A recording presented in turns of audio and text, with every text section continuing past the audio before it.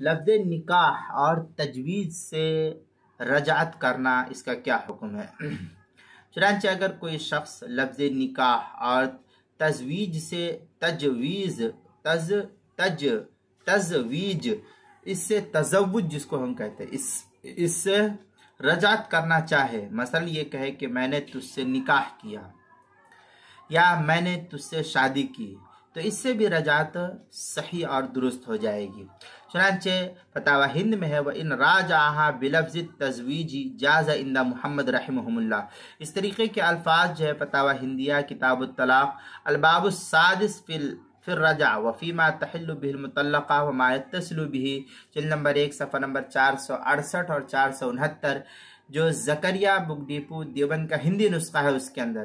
فتاوی شامی جو زکریا book depot Deoband کا ہندی نسخہ ہے اس کی کتاب الطلاق باب الرجع باب جلد نمبر 5 صفحہ نمبر 24۔